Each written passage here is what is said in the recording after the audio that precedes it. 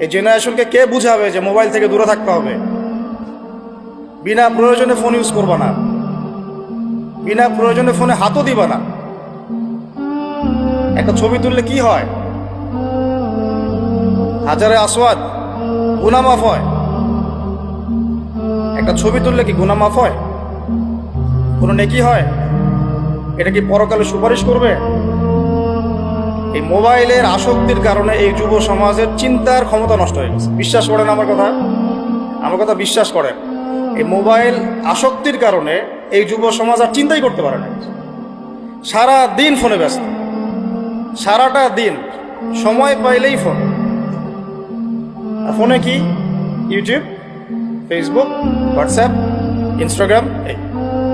আমাদের বাপদাদার এই যে ভাইদের বয়সী যারা যারা এখন 40, 45, 50 এজের মধ্যে আছেন, যারা এই দেশ চালায়, সমাজ চালায়, অর্থনীতি চালায়, তাদের চেয়ে এদের চিন্তা শক্তির লেভেল অর্ধেকেরও কম। আমি আপনাদেরকে গ্যারান্টি দিচ্ছি, এখন যদি আরেকটা মুক্তিযুদ্ধ হয়, আল্লাহ না করুক, তাহলে এই তরুণ প্রজন্ম কিচ্ছু করতে পারবে। আপনি আমার কথা বিশ্বাস করেন। টিকটকের একটা ভিডিওর জন্য এদের কাণ্ডকীর্তি দেখলে মনে হয় যেন মানুষ না গরু না ছাগল, কি আসলে। আর আমরা তো ঢাকা শহরের মতো শহরে থাকি, একটা টিকটকের ভিডিও বানানোর জন্য এরা কি করে চিন্তাই করতে পারবে। কাপড় ভুল আছে একটা টিকটকের ভিডিও করার। একজন আলেমেদিন আসছে, তাকে মানে মোবাইলে বিরক্ত করতে করতে তার লেকচারের টপিকটাই নষ্ট করে। আমরা যে ওস্তাদদের কাছে পড়াশোনা করি, আমি জীবনে আমার ওস্তাদকে এটা বলার সাহসই পাই নাই, ওস্তাদ আপনার সাথে কি একটা ছবি তোলা যাবে? আমি আল্লাহর কসম করে বলতেছি, আমি এই পর্যন্ত, আর আমি যার কথা বলছি তিনি এই উপমহাদেশের অন্যতম একজন শ্রেষ্ঠ মুহাদ্দিস। আমরা তাদের কাছে যাওয়া আসা করি পড়াশোনার জন্য, তিনি জ্ঞান শেখার জন্য। আজ পর্যন্ত আমি কোনোদিন বলতেও পারি নাই যে উস্তাদ আপনার সাথে একটা ছবি তুলতে চাই। বিশ্বাস করেন। কিন্তু এই ওয়াজ মাহফিল, এইটা ওইটা, এইসব জগৎগুলোতে গিয়ে আমরাও নষ্ট হয়ে গেলাম। মানুষের মধ্যে নূর, তাসকিয়া, আদব, মসজিদের আদব কায়দা, ভদ্রতা সব নষ্ট হয়ে গেছে। এবং এর অন্যতম একটা প্রধান কারণ মোবাইল ফোন। আজকের লেকচারের টপিক মোবাইল ফোন না, এই যে কথাগুলো বলতে বাধ্য হলো। যখন আমরা এখন আলোচনা করতেছি, এই সময় কটা বাজে? এখন 12:50। এই সময়ে না জানি কতগুলা মুসলমান এখন শহীদ হয়ে গেল। এই সময় যখন আমরা এখন আলোচনা করতেছি, ঠিক এই সময় না জানি কতগুলা বোনকে ইসরায়েলের সৈন্যরা তুলে নিয়ে চলে গেল। না জানি কতগুলা বাচ্চার মগজে আবার বোম মারল, গুলি করল। এই সময় যখন আমরা কথা বলছি এখন, আর মিডিয়াতে সংখ্যা আসবে খালি 6,000 মরল, 6,500, 7,000, কোনো ফিলিংসই নাই। মোবাইল ফোনেই আছে, ব্যস্ত স্ক্রল করে আর দেখে কতজন, 10,000 মরছে, কি আমি তো মরি নাই, আমার দেশেও তার হয় নাই। বিশ্বাস করেন, আমরা এখন আর কোনো জায়গায় মানুষের পর্যায়ে পড়তেছি। মানুষ কাকে বলে? যার আবেগ অনুভূতি আছে, যার ব্যক্তিত্ব গায়রত আছে, যার সম্মানবোধ আছে, রুচিবোধ আছে। মুসলিম উম্মাহ কাকে বলে? যার একটা অংশে আঘাত লাগলে আর এক অংশ ব্যথা পাবে, নাকি ভাই? ভুল বললাম না ঠিক বললাম? একটা মুসলিম উম্মাহ মানে কি?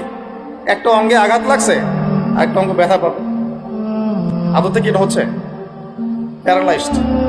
বলি না প্যারালাইজড, আমাদের মধ্যে প্যারালাইসিস ঢুকে গেছে। জুমার খুতবার সময় এমনি অল্প 5 মিনিট নষ্ট করলাম, আল্লাহ মাফ করুন। সরাসরি কিছু কথা আপনাদের, একদম সরাসরি।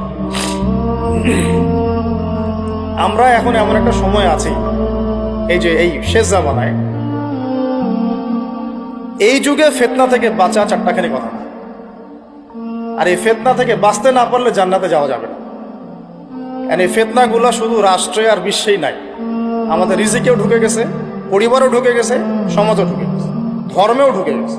আমি সরাসরি কথা বলছি। রাষ্ট্র, বিশ্ব, অর্থনীতি, সমাজ, পরিবার, ধর্ম আর সংস্কৃতি, এমন কোনো ক্ষেত্র বাকি নাই যেখানে ফিতনা ঢোকে নাই। এখান থেকে বাঁচা চারটাখানি কথা না।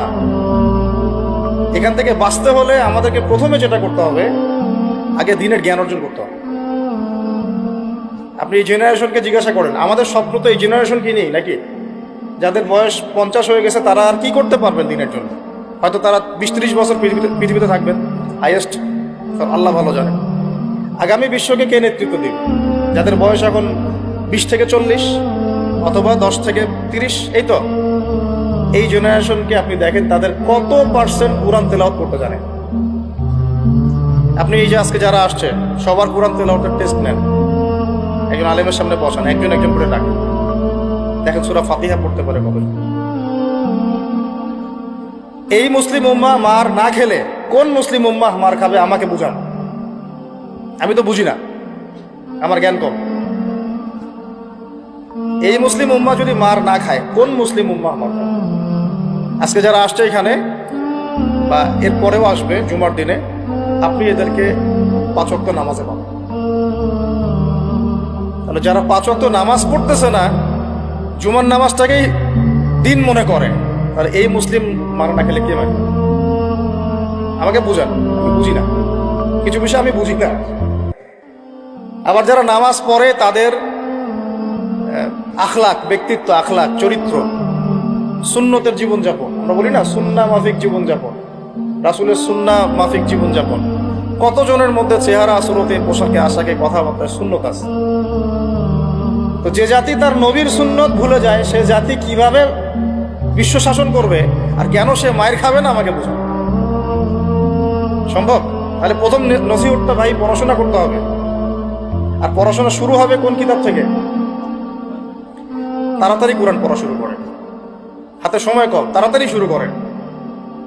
প্রত্যেকটা জেলায় জেলায়, গ্রামে গ্রামে, ইউনিয়নে, প্রত্যেকটা জায়গায় মসজিদ, মাদ্রাসা, মক্তব প্রতিষ্ঠা করেন।